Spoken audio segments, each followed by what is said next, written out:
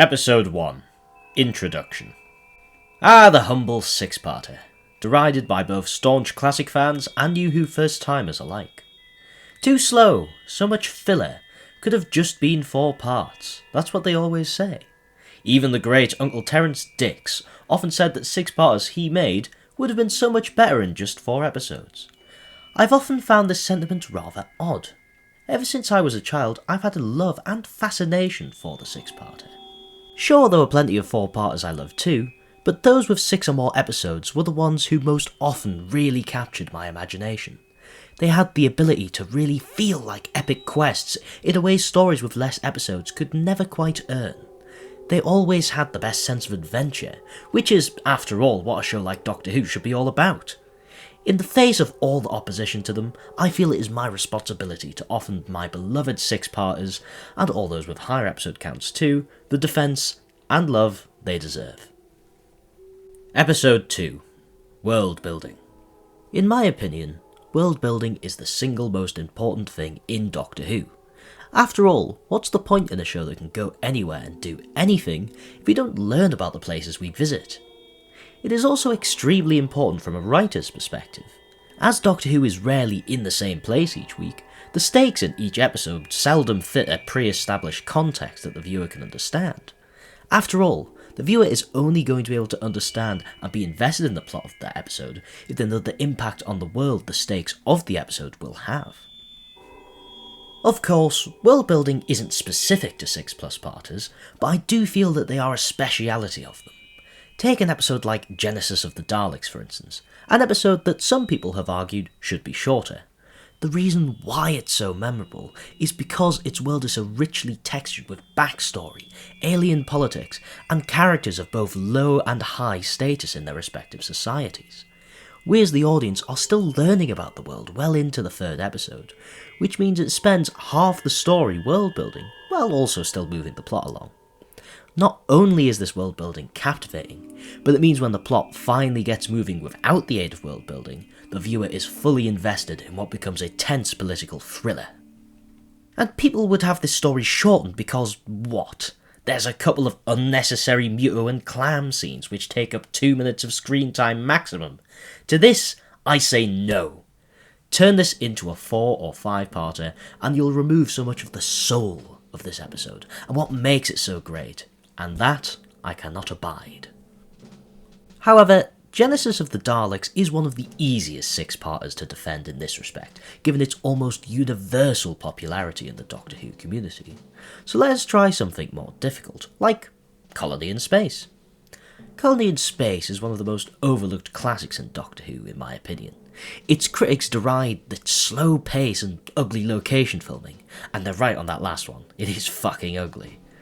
But I feel as if people place far too much value on a fast pace these days. Pacing can often be better when it's taken slower. Look at a film like Alien, or hell, even Doctor Who's own Power of the Daleks. The tension is slowly ramped up and up, but not too quickly, and that's what makes the conclusion so much more satisfying than if it went by really fast.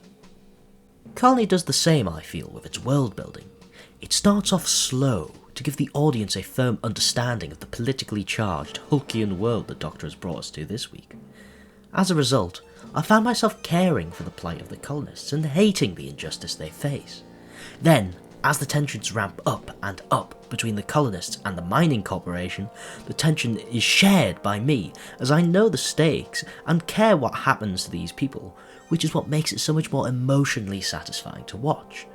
If this was made a 4-parter, so much of that world building would have to be cut out, and without it the episode doesn't actually contain the hook with the audience that was designed to have, rendering it shit. I feel this is a commonality with a lot of 6+parters. Although the pace appears slow, it is the pace that makes the world building so good and makes the most memorable locations in Doctor Who. Think of Skaro, Earth in 2164, Draconia, Kemble, Vulcan, the War Zone, and even Parallel Earth.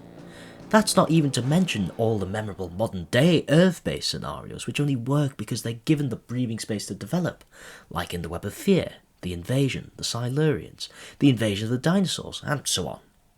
I don't see a great many 4-parters, and especially not New Who 1-parters, that come close to rivaling the world building of the aforementioned stories, and is the first reason why 6-parters are so special to me. Episode 3.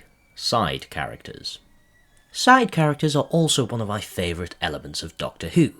Done right, they can add a hell of a lot of flavour to a story. This is one of the reasons I'm not at all keen on New Who. With only 45/50 minutes to tell a full story, the development of side characters is often thrown under the bus in favour of working on other story elements. It is true that plenty of New Who 2-parters and Classic Who 4-parters also get the side characters done right, as it's a little easier to fit it in while also juggling the plot and world building, although I'd argue the 6-parter is most proficient at it. We've already partially touched on this in the last section by talking about how well developed side characters can assist world building, particularly in a longer story.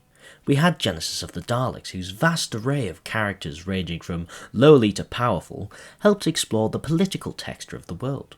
Add Colony in Space, whose sympathetic colonists and scheming company officials gave the viewer a great hook to buy into the stakes. Both of these have been employed with the likes of Frontier in Space being similar to Genesis in this regard, and the war games like Colony.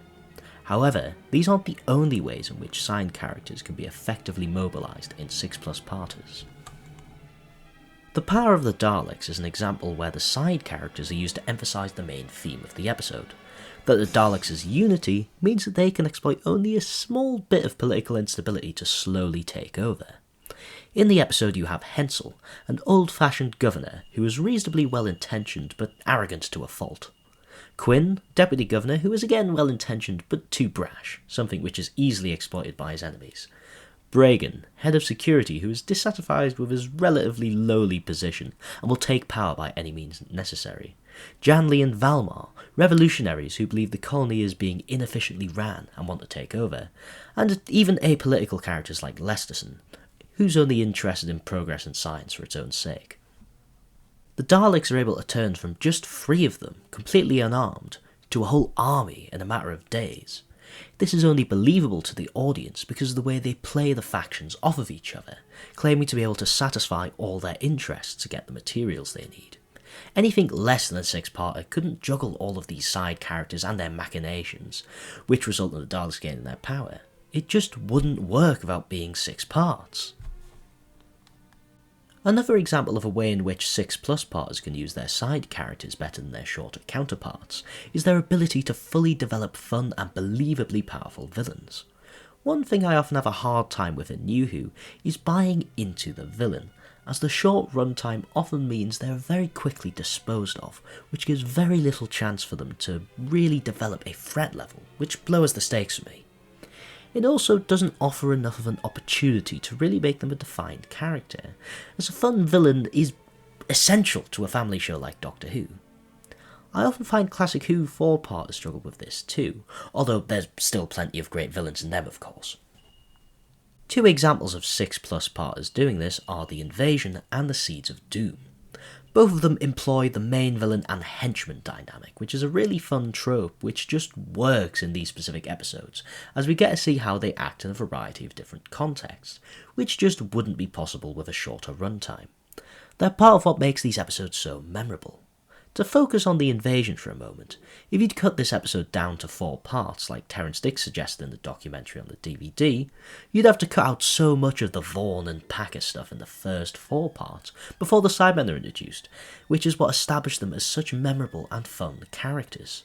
Without Vaughan and Packer, all we're left with is what is quite frankly a mediocre at best Cyberman story. The quality of side characters can make or break a story, and when used effectively in a 6+ parter, it is Doctor Who at its best. Episode 4. Sense of Scale. For a show in which the main premise is travelling the universe, it is quite odd that rarely I feel an episode travels a world. Of course, there are episodes that play at being worldwide, such as Revolution of the Daleks or Survivors of Flux, but they don't really spend the time developing the places they go to earn those moments from the audience's perspective. While the side characters and world building can be achieved fairly often in stories shorter than 6 parts, grand scale, I think is something which is fairly exclusive to the 6+ parter. My favourite example of this is Frontier in Space. In the story, we get to see human and Draconian spaceships, the human and Draconian planets, a penal colony on the moon, and the Ogron's home planet, among other things.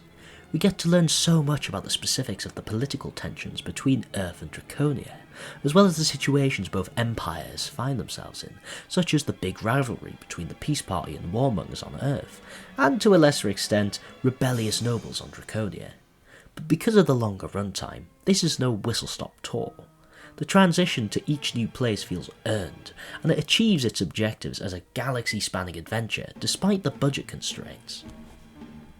Of course, the criticism everyone has of Frontier in Space is the frankly hilarious number of times the Doctor and Jo escape a cell, then get recaptured.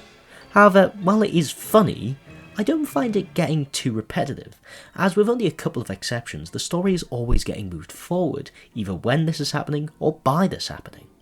Besides, I think it works in a story where, because of the Cold War era style politics of the world they're living in, the Doctor and Jo are fugitives wherever they go. In the 6+ parter category for sense of scale, I will have to invoke Marco Polo. One thing New Who has tried to do a lot in recent years is have stories which for the characters last into months or years, possibly because every RTD story took place over the course of only a day or two and that was getting a bit stale.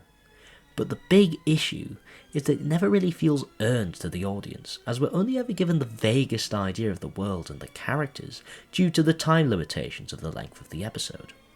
Marco Polo really shows how this should be done, with many months of the characters' lives feeling as such to an audience in the best possible way. The story is essentially just about the Doctor and co trying to get the TARDIS back from the adventurer Marco Polo, who wishes to give it to the Great Khan of China in the hopes it'll free him of his obligations. Very simple plot, but that's what makes it work, as the focus is then on the large variety of locations, as well as the characters that inhabit the world. It's exciting how we get to know ancient China more intimately than we get to know the worlds of so many Doctor Who stories. The characters and their relationship to the TARDIS crew is so well defined that every positive interaction exploring the world is a pleasure, and every misunderstanding and falling out is tense and captivating. So much can be achieved by this show when the stories are just given room to breathe. Am I claiming that no 6-parter goes on for too long? No. In fact, if I was really honest, most of them probably do. But I'd much rather have that than have stories which never get a chance to get close to the sense of scale you'd think a swashbuckling sci-fi show like Doctor Who would usually have. Episode 5. The TARDIS Crew. The TARDIS team and the journey they go on throughout stories I think can be greatly enhanced by 6+ parters too. As mentioned earlier, a lot of shorter stories can seem like whistle-stop tours, rather than a grand adventure with all sorts of trials to overcome. There's something so deeply satisfying about watching the resolution finally approach and all the characters converge together.